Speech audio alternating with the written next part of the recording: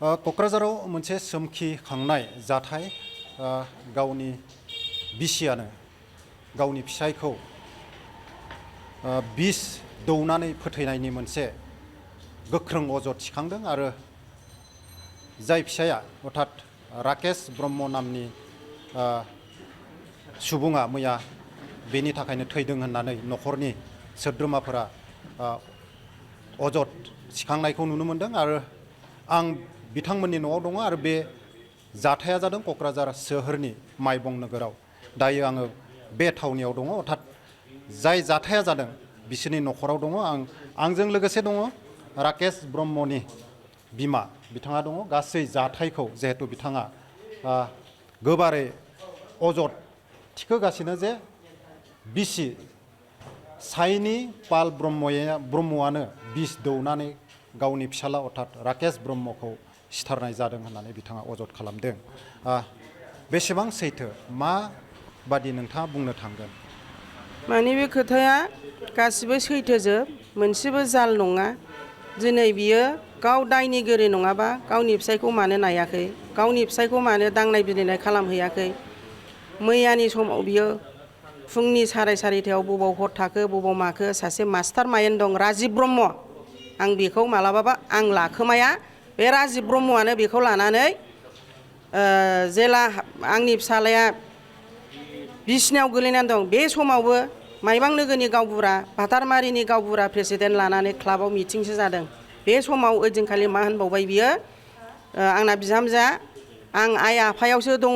आंना फिसा गोरलैया 110 डिग्रियाव टेम्पारेचाराव दङ आं एडमिट खालामदों होननानै बुंबाय बियो जाथाया मालानिफ्राय जागायजेना माला बिसखौ होनाय जायामोन जाथाया मे मासनि बिदिनो 10-12 दिननिफ्रायनो बे जाथायखौ मुलिखौ पयजनखौ जाहोदों ओंखामाव बेदरजों होदों बियो बेखौनो गाव माने गोबानाय आरो मा होनो बेखौ खर' गिदिंनाय देहा दुरबल मोननाय ओमफ्राय गेस जादों होननानै बे गेसनि मुलि जाहोबाय गेसनि मुलि जाहोनानै एन्टिबायटिक जाहोबाय एलार्जिनि मुलि जाहोबाय ओमफ्राय दाना बे मा खालामबाय डक्टर गिदिरनाव लाङाखै बियो माने फिसा माबायाव ओरैनो ओंखाम जानो हायाखै देहा दुरबल मोनदों होननानै सेलेनल' होयै होयै लाबोदों बियो बेखौ ब्लाड टेस्ट खालामोमोनबा बा मोनसे रिपर्ट मोजां लायोमोनबा ओइदिनखालिनो बे हमजाखायोमोन बेखौ हमजानो गिनानैनो बियो गावनि फिसायखौ खुनु मोजां डक्टरनाव ट्रिटमेन्ट खालामाखै सिकित्सा खालामाखै आरो उनावहाय अबे हस्पिटालाव नोंथांमोना लांनाय जादोंमोन बेखौ आं ससेयावसो मोनबाय एमआरएमआव लांबाय एमआरएमआव हाया होननानै डाइरेक्ट लवार आसामाव हरबाय लवार आसामाव 12 दिन थाहैबाय 12 दिन थाहैनानै आरो हेल्थ सिटियाव 22 दिन 24 दिन थाहैनाय जाबाय आरो मैयानि दिनाव फुंनि बेलायाव बियो थैनांगौनि माबा जाबाय आरो खिन्थु बेयावबो मा खालामबावबाय बियो 4:30 माने बेना सिखाव बाबा दंखायो नालाय बबे समाव जों थायो बबे समाव मा थायो गावखौ गार्जेन नायनो फैदों होननानै सिकिउरिटिफोरजों माबा खालामनानै रिकुवेस्ट खालामनानै बियो नायनो होननानै हाबो ओमफ्राय बियो बावबो सानसेखालिबो मा खालामबाय बियो नायनो थांदोंबा होनबा फिसाया बे समाव हाबनो मोनखायो बियो नायाबानो बै रिसिपसननि माबाखौ हेल्थ सिटिखौ खेबनानै लाबोनानै देखायहरबाय बियो नै जों फैदोंमोन जोंखौ माबाया सिकिउरिटिया जोंखौ सोआखै होनबाय ओमफ्राय आं होनबाय हाब बिसि सैथोनि असैथोनि खोथा बेलाय रिसिपसना मानि थाखाय सासे पेसेन्टखौ नायनो थाखायाव होबथाखो आं बेखौ रेकर्डआव बख'नो होननानै बुंदोंमोन आं ओमफ्राय आंना फिसालाया होनबाय नांला आयै गाव मा खालामो खालामथोंसै बे आवगायनिफ्रायनो बेना प्लेनिं दंखायो दाल' नङा आयै होननानै बुंबाय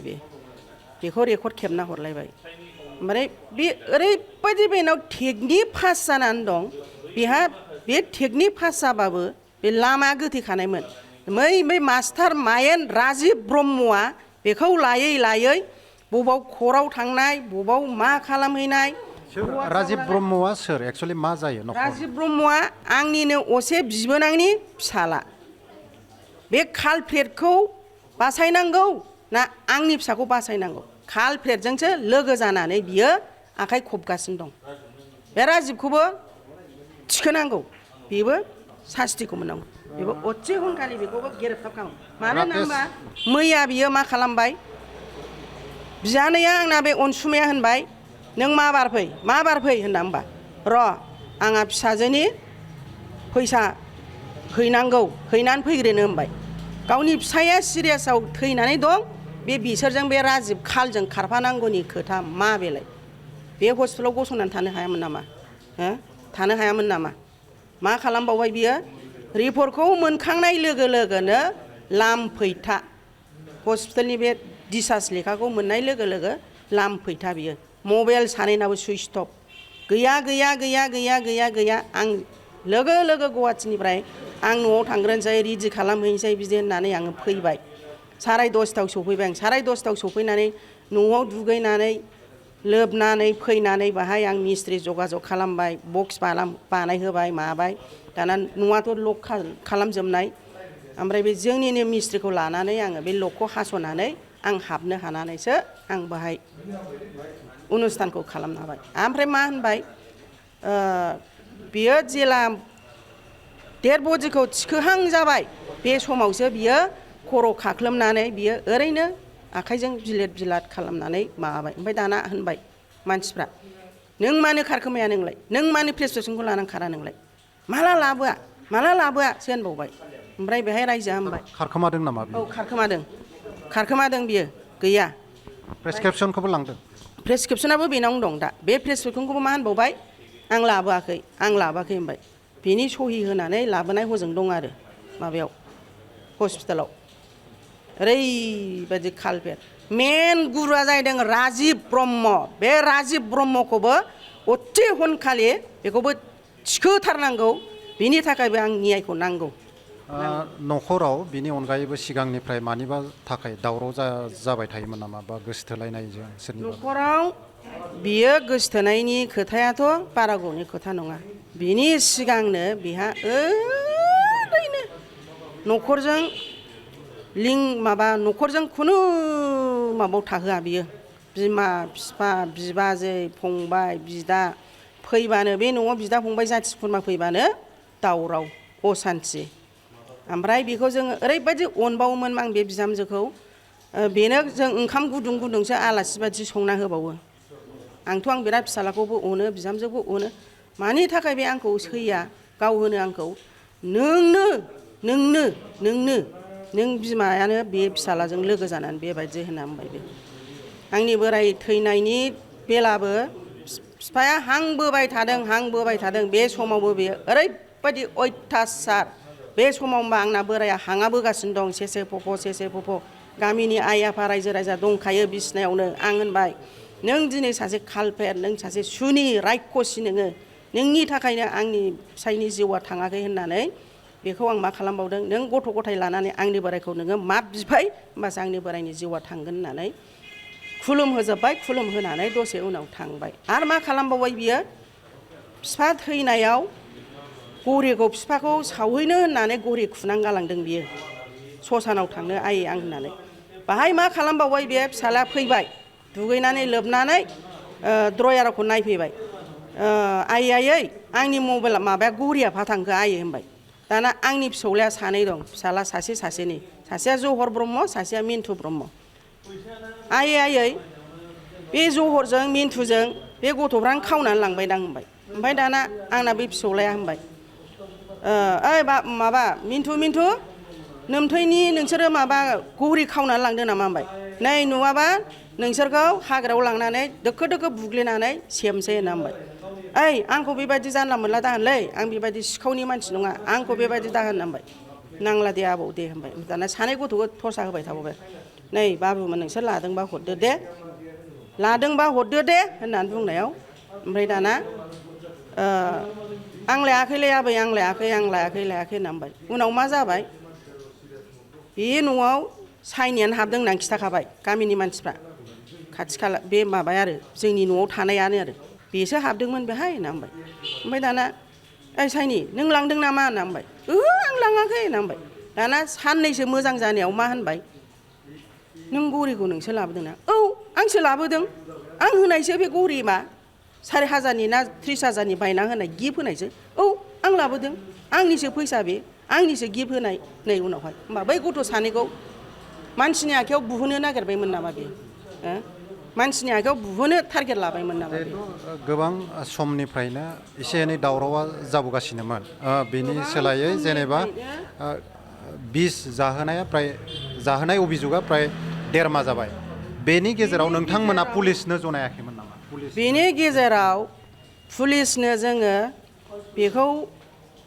लांबानो फिसालाया आंखौ फन हरो आइयै आंखौ पुलिसा लाबोबाय होनना ओमफ्राय आं थांनोसै ओमफ्राय माखासे पुलिसा रायनोसैबो बेखौ सोरबा हंगारा रायनोसै मबेनि बेलाय हिनजावा एथ' टेम्पारगिरि बे बिसिबां सिक्किथ' बेलाय मेट्रिकल' फेल बियो होनना बुंसै हाब एथ' बेबायदि फिसाया हेन्डसाम थाखा फैसा गारि घरा गोनां मानि लबनि थाखाय बेबायदि फिसायखौ अनबथ' थानायाव लाबोबाय थानायनि माबाया प्लेनिङा मा बेलाय बेनाव मानबो गैया सनमानबो गैया नों जुदि दाबा मानसि दङ बेयावनो बियो भिडिअ केमेरा खालामनानै मानसिखौ असनमान बहाबा थांनो ओंखारदोंबा खिबु थांनानै बै बड'सासिम थांनानै केमेरा ओरै खेबनानै बे रेकर्डखौ लायो आरो बे आरो मा खालामबावदों बे बिनि सायाव नोंथांमोना पुलिसनो एफआइआर होआखैमोन बिनि सायाव माने जों होबाबो माने थरसाखौ होबाय जों सानसेखालिबो आंनि बोरायनि मबाइलखौ खावबाय बे बोराया होनबाय बेनो लाथारदों साइनि ब्रह्म नोंनि जिहेथु बेनि उफराव माने ओरैबायदि जादों एफआइआरआ माने जोङो होबाबो माने गिदिर माबाजों थांनाय जायाखै आरो माने बे थिखोना लाङो जों कमप्राइमाइस खालामो लाबोयो नों फिसायनि सायाव मा सानो होननानै बुङो आं फिसायखौ नों मा संसारा नों जागोन ना आं जागोन नों बेजोंनो थैस' थांस' रायजो जागोन दिनै नों फिसायखौ बे जेल खानायाव लाबोबाय थानानै नोंहा मा लाब दं नोंनि एथ' गारि घरा दङ नों एथ' सुन्दुरि देलायो नोङो सासे एक्ट्रिसाबो हाया नोंनि गाननाय जोमनाय देलायनाय होमबा नोंनो फिसायनि सायाव मा लुगैयो नोङो मा लुगैयो होननानै बुङो ओमफ्राय जेबो माबा खालामा बे गुरुत्व खालामा साइनि पाल ब्रह्मनि सायाव नोंथांमोना पुलिसनो जनायाखैमोन नामा बिस जाहोनायनि सायाव साइनि पाल ब्रह्मखौ आङो 22 तारिखआव एटेम्प्ट टु मार्डार होननानै आं बे केसखौ होदोंमोन क'क्राझार थानायावनो होदों आं होसेयावबो आंनि केसखौ खुनु दायित्व लायाखै गुरुत्व होआखै आंखौ बिलो गैयै खालामदों माने बिसोरो आंखौ केस हैनायनि लोगो लोगोनो पुलिसा फैनानै बेखौ स्टेटमेन्ट लाफैदों बे न'आव स्टेटमेन्ट लाखांनाय लोगो लोगोनो बियो पुलिसनो माबा मोनसे षड़यन्त्र खालामनानै बे केसखौ माने आखायाव लायाखै आरो खिन्थु बेलेग केसबा मानो मानसिफोरखौ फिसा दायावनो हमना लाबोयो जेलाव सोयो बेखौ मानो सोआखै एसपिखौबो जनायदोंमोन एसपिखौबो होनदोंमोन आं मेम मोर ল'ৰাজে ইমান কিহৰ আছিল মোৰ কেছটা কিয় মানে দায়িত্ব লোৱা নাই এইটো আপোনাৰ কেছটো কি বুলি কয় মানে ইয়াত মানে পয়জনটো কি পয়জন এইটো মানে ক্লিয়াৰ কৰি মানে দিয়া নাই পয়জনটো পয়জন কিন্তু নাম পাবা লাগে বোলে পয়জনৰ নাম बिदि होननानै दोनबाय आरो ओमफ्राय आङो सिरि फैफिनबाय फैनानै आंखौ खुनु रेसपन्सबो होखायाखिसै आं दा बिनि सायाव आंनि फिसाया एथ' हेल्दिमोन लोमजाया साजाया खुनु बेमार गैया आजार गैया बे बिहामजोआनो बेखौ थिले मुलि जाहोनानै बुथारथारबाय बुथारनानै मैयानि दिनाव डेड बडि बरननांगौ बे खारखोमाबाय मबाइल सुइच अफ लाबाय जेला 9टा जायो होनबा मा होनबाय नों मानो बबाव थाया नोंलाय होनबाय गारियानो आंना लेट जादों होनबाय बिसोर पार्सनेल गावसोर बलेर' सोरनिबा बलेर' लानानै ओरै खारथिंगासिनो मेना जाहैबाय राजिब ब्रह्म बे राजिब ब्रह्मखौबो अथि हनखालि बेखौबो थिखोफानांगौ आं बिनि थाखायबो न्याय नांगौ मा दाबि खालामगोन दायो दाबिया आं सरकारनाव बेखौनो बियो आं न्याय मोननांगौ फिसानि थाखाय प्रसासनाव आं न्यायखौ नांथारगौ आंनो बे न्यायखौ कर्टसिम बा पुलिसनियाव एफआइआर होनायनि मोनसे आङो दा पुलिस थानायाव आंखौ एक्सन लायाखिसै नालाय आं कर्टआ मा उफाय लायो आं बेखिनिसिम आगान सुरनोसै पस्टमर्टेम खालामनाय जादों बडिखौ मैया बडिखौ पस्टमर्टेम खालामदों बे रिपर्टखौ मोनथ'वाखै दा बे रिपर्टखौबो बे मा खालामनो हागौ आंनि टारगेटआव बे रिपर्टखौबो सिगां थांनानै बे खावनानै लाबोगोन बियो बेना बे टारगेटखा मैयानि दिनावनो नुवाखै रिपर्ट मोननाय लोगो लोगो मबाइला सुइच अफ जेला देर बडिखौ बाहाय न'आव सोफैनांगौ फिसायनि गाननाय जोमनाय बरननांगौ मानांगौ बेनि खुनु मोदै थरसे बिनिफ्राय थरथिं गासिबो गवाखै फैनानै जि खाख्लोबनानै ओरैनो ओरै दामफ्लाबाय बियो दामफ्लानानै ओमफ्राय रायजो राजाफ्रा एसे एनै नों मानो खारखोमाखो नों जुदि दायनिगिरि नङाबा नों मानो बिदि खालामखोमाखो होननायाव एसे थरखा थरखि जालायबाय जानानै लोगो लोगो खारबाय बे ब्लड उर्जिन बङालिमोन बङालि फाल मा जायगानिमोन डिएन फिल्डआवनो बेनो नङा क'क्राझार टाउननि बे बांला स्कुलनि डिएन फिल्ड क्रिकेट गेलेग्रा फिल्डजों बोसोर जाखोमोन बिथांमोना हाबा जानाया बिसोर हाबा जानाया दा 14 बोसोर जाबाय देरसिन फिसाया 7 बोसोर 4 मास जाबाय गोरलैया 1 बोसोर बिदिनो माबा जाबाय 1 मास जानोसै आरो दायो बिथाङा बे न'आव गैया खारखोमानानै न'आव गैया बे न'आव गैया जै दिन माबादों बे दिननिफ्रायनो बे न'आव गैया खारखोमानानै दं बे ओमफ्राय मबाइला सुइच अफ लायो सुइच अफ लानायनि कन्टेक्ट खालामनो नाजादोंना नाजायाखै बेजों जेनेबा फन कन्टेक्ट खालामो फन खालामबाबो जों बेनाव फनखौ मोनखाया मालाबा थिखोयो फात्ता खालामा गावनि फिसायाथ' अत्त' सिरियास बिसिनायाव गोलैनानै दं भेन्टिलेटर होलायनानै दं बेनि उफोराव खुनु बे अननाय माया खुनु माबा मोनसे गैया आरो गैया जेबो गैया बेनाव नोङो गथ' गोरलैखौनो 110 डिग्रियाव दं होननानै आइ आफायाव बरथिक जादों होननानै दोननानै बाटारमारि क्लाबावसो मिटिं खालामलायनाय हानाया बिसि गिदिर आंखौ थगायनानै 108आव 110आव लोमजानाय गथ'आ माने ओरैबायदि माबाखा जाहैदों घायल जाखायो जाहैदों ओमफ्राय बे दिनाव थगायनानै आंखौ 11टा टाइमाव माइबां नोगोरनि गावबुराखौ लानानै बाटारमारिनि गावबुरा सेक्रेटारि लानानै क्लाबावसो मिटिं जागासिनो दं बिसोर होमबा नाहरदो नों बिसिबां असैथ्य बियो असैथ्य ओमफ्राय बाहाय आइ आफानि बिमानाव फन हरनानै आब' नोंनि माबायाव हस्पिटालाव आंनि बिहामजो उमुक नाम गथ'नि एडमिट जाहैनाय नाम दङ नामा होननायाव र' बिनानाव र' आं सोंहरनो होननानै सोंहरबाय सोंहरनानै दाना जोंनाथ' दिनै हस्पिटाला डक्टरबो गैया आरो फार्मासियाबो बन्द'खा बे खोथाखौ होनहरबाय आरो ओमफ्राय दाना मा खालामबाय ब्लेंक डक्टर नायनायनि मोनसे रिसिप्ट देखायहरबाय प्रुफनि थाखाय ओमफ्राय अखानायै बे बिजावजालिया थांबाय बेवाइनि थाखाय आरो जेनेबा बे आंनि बिहामजो सासेया थांलाय होननानै न'आव दंना गैया होननानै थांलाय होननानै थांबा जि गाबज्रिहैबाय जाहैदों बायद' होननानै गाबज्रिबा बियो न' सिङाव थाखोमानानै दं आरो ओमफ्राय दाना बिमाया दरजाखौ खेवबायनो दसे गोबावजों खेवनानै एरखम हैसै हाजार हयल' माने गावनि फिसाय एसेबाबो नोङो नायनांगोनथ' थाखा फैसा गैया दा बिमाया बिसोरनि बिमा बिफा फेमिलिजों कन्टेक्ट खालामाखै नामा बिसोरनि बिमा बिफाया जोंजों कन्टेक्टबो गैया जेबो गैया बिनि बिमा बिफायाबो नायाखै मैयानि दिनाव ओरैनो जास्ट बाव फैनानै गसंफैदों बिमाजों बिफा फिसाजो गसंफैदों बिथाङा अर्थात नोंनि माबाया बे साइनि पाल ब्रह्मआ राकेशजों डाइभर्सनिबो मोनसे माबा जादोंमोन बियो डाइभर्सआ गावनो बै समाव गथ' गथाय गैयामोन बियो बे समाव गावनो डिभर्स केसखौ होबाय कर्टआव ओमफ्राय बारे जों होनबाय नोंसोरनो मोजां मोनलायनानै लानानै मानो डिभर्स होनांगौ होननानै फिसाज्लाया होथ्रामोन ओमफ्राय गावसोरनो जबरदस्ति बिफाजों फिसाजों थांनानै डिभर्स केसखौ माबा खालामहैथारबाय आरो ओमफ्राय थाबाय कर्टनि आन्डाराव 6 मास एक्सटेनसन थायो नामानो उनाव गोरोबलायफिनगोन बा माबा मोनसे जाफिनलायगोन होननानै थाबाय थानायनि गेजेराव मा खालामबावबाय बियो गावनो फैबाय ओमफ्राय बे न'निफ्राय गावसोरनो खालामखाबाय आरो जेनेबा थफ्ला थफ्लि हाबा जाजानायनिफ्राय गावसोर सानैजों आलादा जाखादों गोसोबायदि